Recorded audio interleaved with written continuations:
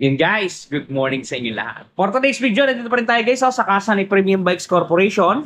At ngayong araw guys, i-release natin ang ating napakakisig, napakaganda at kagila-gilala sa si Yamaha Aerox version 3 2025. Ito guys, itong kulay itim ang napili ni Ma'am Irene Bauto. Yan.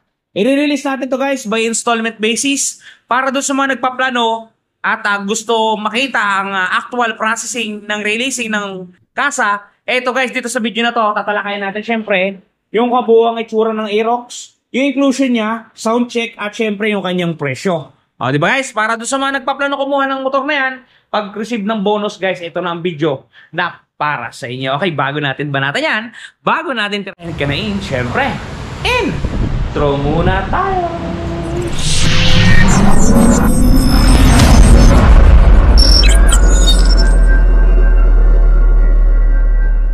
At ito guys, tinawag na natin yung makukuha ng ating Aerox. Yan, si Joven Fiesta. Yan, i-release natin ito ngayon guys via installment basis para makita ninyo ang galawan. Jobs, ano masabi mo sa i-release natin yung unit niya? Napakatindi guys! And guys, kulay itim ang napili ng client. Puti sana ang gusto niya pero nakuha na nung nakaraan yung puti. So ngayon, ito, Aerox na itim naman guys. Yan o. Super black, Titan black, black na black. Ayan. Ang guys, oh, ganda oh. Ang ganda ng tindig na ito guys, oh, di mo? Oh, ayan oh. Alright, pumuesto pa guys. Ayan, papunta na sa service area para i-activate yung ating unit. Sundan natin guys. Ayan. Kakauwi lang nung isang release natin kanina, yung Badja. So ito naman yung pumalit, itong ating Aerox. Yun. Yan guys, yung kanyang kabuuang itsura. O, diba ang ganda? Pogi yan guys. Oh. Meron siyang itim, tapos meron siyang cyan na kulay. Oh. Cyan green, tapos may white. Yung kanyang bumbilya guys, tingnan nyo. Projector lamp na yan. Oh, diba yan? Dalawa yan. Tapos yung mga signal lights niya, yan oh, LED lahat yan. Yung busina yan, nandito sa ilalim. Yan, kita nyo. Yung tapalodo niya, ito guys, medyo pangit dito. Maiksi yung tuka niya, so yung putek tataas doon. So pinaka the best, bilad nyo ng pangdugtong doon sa likod. Yan, yung gulong niya, ito size 11080 by 14. Ay, by 14. Yan guys, sa likodan, ito, double shock. Double shock tayo guys. Yung size ng gulong niya sa likod naman ay yan, 140/70 14 din. Tapos siya guys ay naka disc brake na sa likod. Ito, o diba? Napaka-pogi.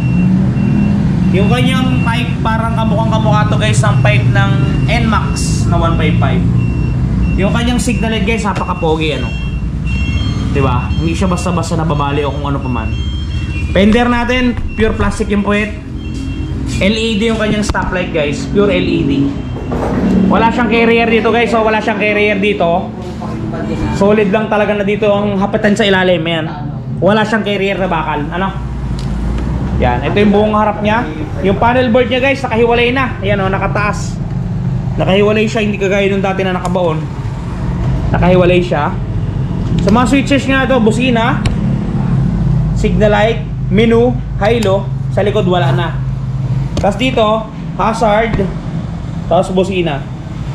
Okay, ito yung gasolinahan niya guys. Ito yung susi niya, merong shutter key.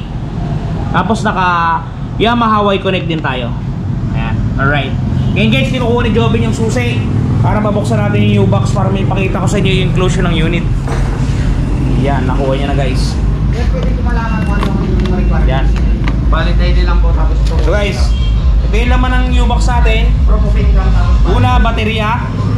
Ito, Yuasa tatak. Gano'n lang sir, sa Yan, Yuasa tatak ng baterya niya.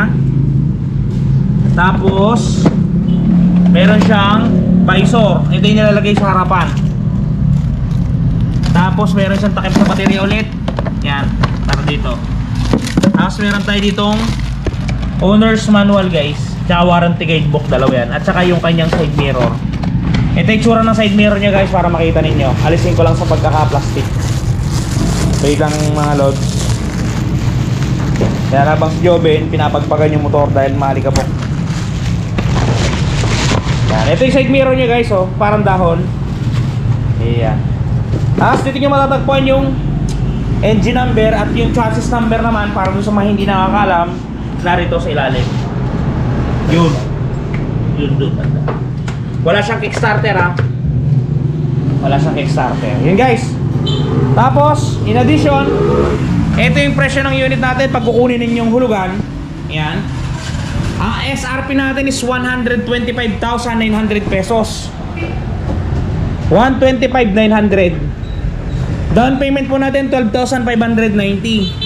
Ito pong 12,590 na to, wala na po itong idadagdag pag hidden charges, wala nang registration fee. All in na po ito, basta 12,590. Makukuha nyo na po siya. Wala rin po tayong advance payment dito kay Premium Bikes. Hindi natin tinotolerate yung advance payment dito. So, tamang down payment lang po at i-update nyo lang yung monthly para makuha nyo po yung rebates. Kasi yung rebates po natin sa 2 taon 600, sa 3 taon 700 pesos. Okay, ito po magiging monthly ninyo pag nag-down kayo ng 12,590 sa 2 taon, 7,424. Sa 3 taon naman po, 5,809. Yan guys, screenshot nyo, Aerox 155 version 3, 2000. Yan guys, kasalukuyang ilalagay ni Jobin yung ating baterya na ilagay niya na yung ating side mirror. Yan. Hindi pala atin, sa customer. Yan, ayun na yung side mirror na customer. Tapos ito ngayon yung battery, kinakana niya na. Sunod niya na yung visor. Yan. Aking bordada yun guys. Tibay. Ano man. Yan. Tapos maganda pala pahigpit din yung tools natin, yung impact, tapos may bala ka ng screw. Lock na lock ah. Yeah. May ganun ako sa bahay. Gusto mo bigyan kita isang bala noon? Ang dami yun ah. Puro screw lang, Philip di ba yun? Puro Philip. Ang kaso bibili mo doon yung dulo niya, kailangan nakaano ka, hoksagon. Pinalitan ko yung dulo ng aking wrench na yun eh. Meron ako doon? Meron din. Niya. Yun, dalang kita na isa. Kasarap mahigpit yun. Nag-lock talaga siya. Yun, commercial lang yun guys. Yan, naikabit din na yung ating kanilang baterya pala. So, activated na yan. Papakita ko sa inyo yung panel. Ito. Ayan, susi natin ha. Yan guys, yung panel board medyo madilim eh. Yan o, ganda o, diba? Ang ganda ng kanyang background. Kulay light blue lang siya. Yan. Yan o, nag-signalate pa nga siya eh. Pag hinasard natin yan, hahasard pa syempre yan. Busina. Yan. All goods na yung unit natin guys. Papabilan na lang natin ng gasolina kay Jobe. Okay, habang hinihintay natin yung ating gasolina, ito yung modelo natin na Aerox. Yan o. Busy man yan guys. Diba? Ito guys yung kanyang daily running light. Once na in-on yung ignition nyo, automatic na kukulay white na to. OSIS hindi na siya. Yan. Daily running light yan. Daytime running light. Yan, di ba napakaangas, napaka-pogi. Yan guys, hindi yun ano ha, hindi yun accessories pa. Ayan ni Jobin. Ha? Hindi yun accessory. Hindi yun footboard, pa niya yun. Yun. Ito guys, oh, ganda ng kanyang winglet, oh, di ba? Poging-pogi. Yun oh. Suwabing-suwabe. Hintay lang natin. So, dumating na yung gasolina, ito na. Bibigay ko na kay Jobin. 55 pesos yan worth of premium gasoline. Para atin ang ma-activate ang unit ng ating client. At nandyan na rin sila sa loob guys. Yan. Yan. Kung budo kaibigan. Gasolina. Nandyan na rin yung client natin guys oh. Yan sila oh.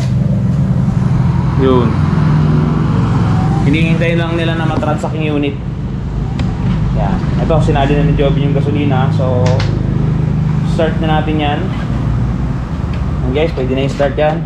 Matat ako eh. Start ko na.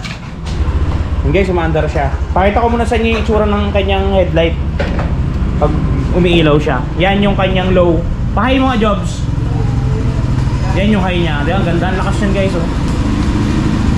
Tapos ito yung kanyang andaran. Pakinggan nyo guys. Diba? Ganda. Dip niya. Okay, so display. Naka-display pa. Ayan. All good siya guys. Yung itsura ng panel board niya pag umaandar. Tapos i-rev mo. Tingnan niyo itong RPM guys. Ang ganda ng pitik niyan. Pag binuksan siya, nakita na nila. 155. Yan o. Diba? 155. Goods sa goods. Yan. Guys, kaya kayo, huwag lang panonood ang gawin ninyo. Bumili na rin kayo ng sarili ninyong motorsiklo para magkaroon kayo. Alright. Doon nga pala guys, sa mga problema ha, na mga gasgas ng kanilang mga motorsiklo. Ito guys, panoodin ninyo. Touch paint ni Wash Body. At ito na guys, ang touch paint ni Wash Body. Di ba napakaganda? Ganito ang packaging yan pagka mabibili ninyo. Ito yung polishing cream. Ito yung surface cleaner. Ito yung mismong touch paint. At may kasamang pre-yan na pen brush at meron niyang instruction kung paano gagamitin. Ito guys, kung makikita ninyo, ganito siya i-apply. Una, pahidan ninyo ng polishing cream para makinis ninyo yung lugar o lokasyon. Sprays ng surface cleaner. At syempre, i-apply natin ang ating touch paint. Yan. Isulat nyo lang ng pen niya at talaga namang matatakpan ang mga gasgas ng inyong unit. Bili na kayo guys, touch paint ni Wash Body. Yun guys, napaka-epektibo ng touch paint na yan. Kaya kung ako sa inyo, i-try nyo na ang touch paint ni Wash Body. Okay guys, sana nag-enjoy lahat sa video na to at sana may natutunan sa presyo ng ating Yamaha Aerox version 3 2025. Hanggang dito lang muna ang video natin guys. Ingat kayo palagi at palagi kayong magbabakasaya. Shoo!